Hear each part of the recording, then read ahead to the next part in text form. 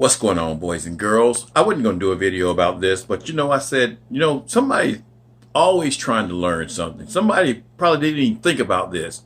But you know how sometimes you go in the grocery store and you'll see those little pork fatback strips that are all salted down and everything. And you can cook them just like that, but you can make skins out of those things. You mainly use them for seasoning meat, but you can also make some really good pork skins. So I'm going to show you how to make some really good pork skins, and I've already done the preliminary part, so the next part's going to be easy.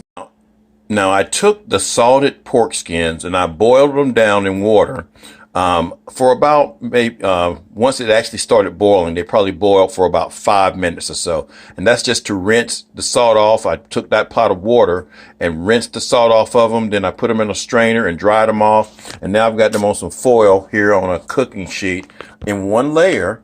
Got our oven heated up to about 375 degrees. And guys, these are going to be some of the best pork skins you've ever had.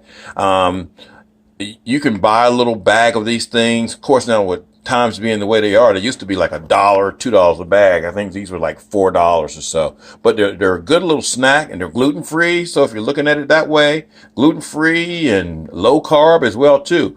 High fat for sure. So let's cook them. 375 degrees for about 20 minutes. Alrighty, y'all, and there we go with the pork rinds.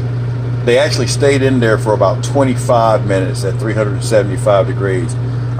They look good.